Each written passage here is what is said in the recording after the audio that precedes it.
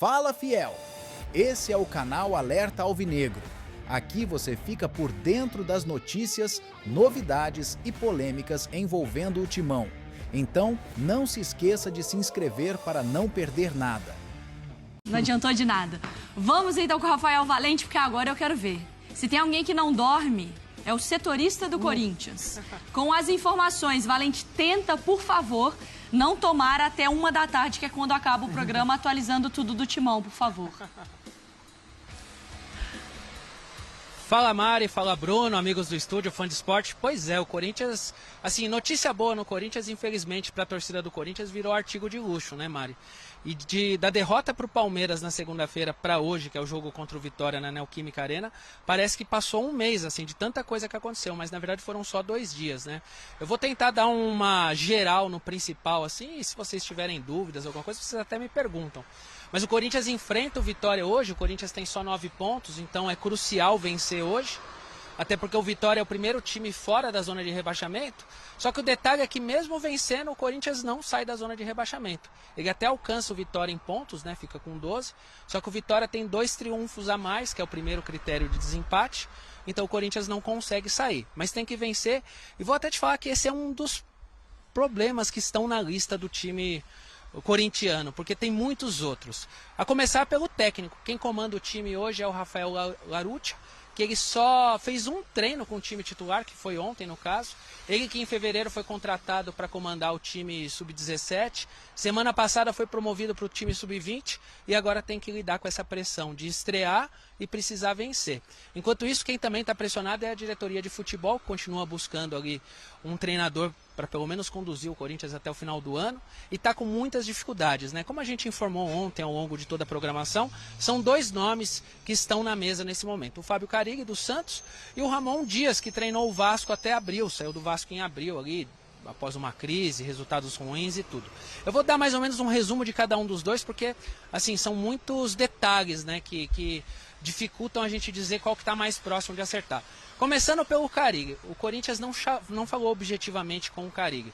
Os contatos do Corinthians foram com o Paulo Pitombeira, que é um empresário do Carille, para saber se havia um interesse, até sentiu que havia sim um interesse, mas tem algumas questões. O Corinthians teria que pagar a multa rescisória com o Santos, que gira em torno de 2 milhões de reais, e o Carille ainda assim gostaria de levar alguns membros da comissão técnica dele para o Corinthians. Então assim, é um pouco mais difícil. O Carille também está palavrado com o Santos, que termina a Série B pelo Santos, não é fácil. O Ramon Dias, aparentemente mais fácil por estar sem clube, também é complicado. Por quê?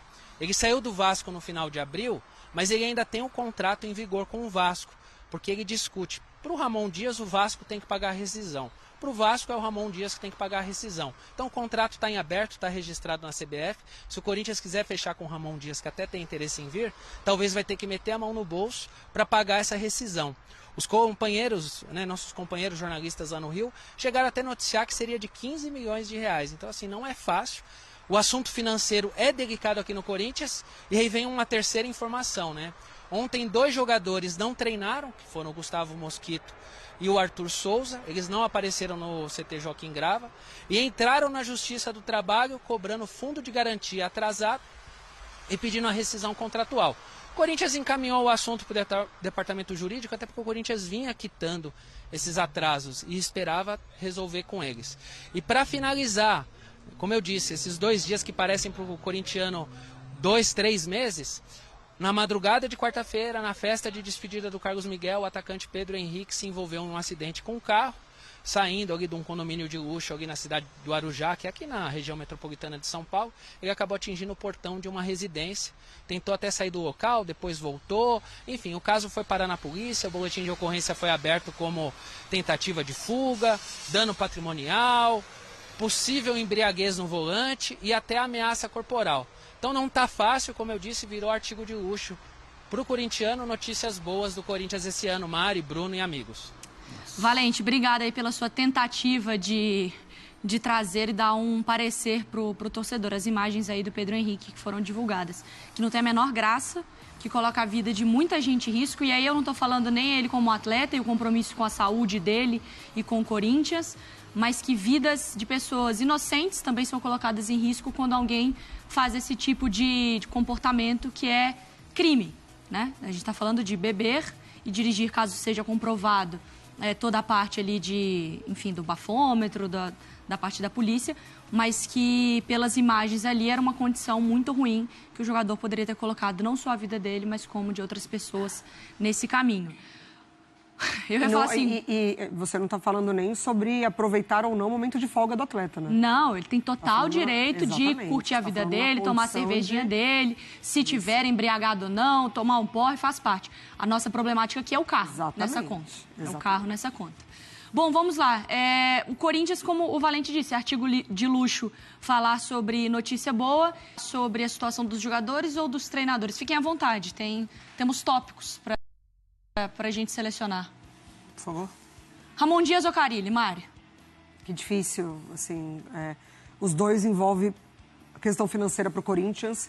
Eu acho que você, nessa situação, você tem a opção de talvez apostar na bola certa, entre aspas, correr menos riscos, apostar mesmo ali num assunto emergencial ali, que pode ser o Carille, mas o Corinthians vive numa situação muito delicada financeiramente. Eu acho que isso vai contar muito para essa... Quer dizer, não acho, tá? Porque já não posso esperar mais nada. Mas deveria contar também para o Corinthians na hora de fazer essa conta. Para você, Mário Marra, é você recorrer a um treinador que recentemente passou pela mesma situação com o Vasco da Gama ou alguém que teve uma história feliz com o Corinthians, de conhecer o ambiente também? Eu acho dois bons nomes. Eu acho que, para o momento, assim, o Ramon está desempregado. O Ramon deve estar entendendo o que está acontecendo. Eu acho que chegar e tomar posse da coisa. O Carille tem uma história no passado, no campeão com o Corinthians. O Carille é um nome grande, mas o cara está trabalhando. Então, eu pensaria... Só que essa diferença de valores, né? Pagar 15 milhões em uma coisa que ainda pode se arrastar... O Corinthians não era para estar vivendo isso, né? Dos dois nomes, hoje, por respeito ao Santos, eu iria no Ramon. E a situação do Arthur e também do Mosquito, Mari Pereira? Porque foi divulgado também em várias páginas do Corinthians, a gente repercutiu na ESPN, o pagamento de 40 meses atrasados desse FGTS, desse direito dos jogadores, e agora um atraso de 3 meses. Os jogadores estão dentro do direito, mas parece uma relação também de menor paciência? Não sei se é essa a palavra, mas talvez uma menor credibilidade ou confiança de que o combinado vai ser cumprido. Pode ser. Sabe assim, não é nem, vou esperar só mais um pouquinho. Esperou tanto, né? Por que não vai... Eu acho que tá aí o ponto, entendeu? Assim, o que me dá a garantia de que esses 3 meses eles não vão virar 5, que não vão virar 10, que não vão virar... E ali na hora do vamos ver, a coisa explode. Tem muita coisa explodindo no Corinthians e os jogadores, eu imagino que estão com receio também de explodir neles. E eu acho que tem uma questão também de empresários nesse negócio, né, Marra? Esses jogadores acabam... brecha, né? Os movimentos também são pensados, né? Para um jogador como o Arthur, que é um jogador da base, ganhando espaço para fazer esse movimento, algo internamente o dá o ok para acontecer, né? Você não pode dar essa brecha, porque tem gente que está atento a esses movimentos, tem possibilidades de trabalhos e tal... Alguém vai levar a conversa para um campo da gratidão, não deve ser feito e tal. Eu acho que ela pode ser levada para esse lado, mas esse é um segundo ponto. O primeiro ponto você tem que marcar com seus compromissos, velho.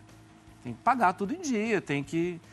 Senão você acaba dando brecha para alguém sair do clube.